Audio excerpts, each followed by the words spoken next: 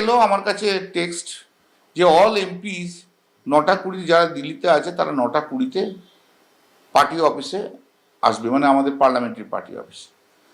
নামার পরে আমাকে একজন মহিলা এমপি বলছে আমার নাম নেই কেন, আমাকে দিয়ে সিগনেচার কালেক্ট করা হয়নি কেন, নেওয়া হয়নি কেন। আমার যার ইনস্ট্রাকশন সেই অনুযায়ী আমি কাজ করেছি, ইনস্ট্রাকশনের বাইরে তো আমি কাজ করবো না। নাম নেই আমি কি করব?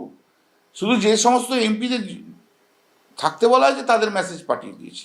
এখন তারা যে এতে আসবে সেটাও আমি জানতাম না, সেটাও আমাকে কখনো কমিউনিকেট করেনি। দেন সি সাউটেড যে ডেলিভারেটলি আমাকে সিগনেচার করে না। আমার ডোন্ট কোয়ার্ড উইথ মি, আমার সঙ্গে ঝগড়া করো না।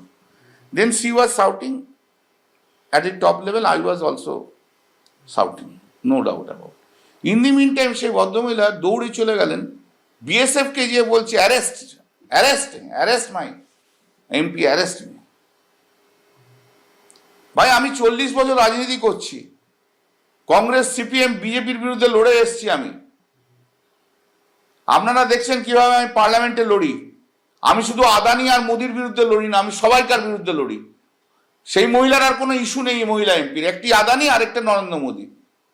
অন্য বিজেপির কোনো নেতাকে চ্যালেঞ্জ করে না, পশ্চিমবাংলার কোনো নেতা সম্বন্ধে কিছু বলে না। তো আমাকে তো সেটা দেখলে হবে না। আমি এখন ন্যাচারালি তারপরে আই ওয়াজ এক্সাইটেড। আপনারা ভিডিওতে দেখেছেন আমাকে বলছে অ্যারেস্ট করো। আর এরা কারা? যাদের জীবনে কোনোদিন কোনো কন্ট্রিবিউশন নেই সিপিএম এর রাজনীতিতে। 2009-এর পর এসছে, কেউ তো একজন কংগ্রেসের কোনো মহিলা এমপি তো কংগ্রেসের কোনো এক বড় নেতার বান্ধবী বলে রাজনীতিতে ঢুকে গেছিল জেলাতে।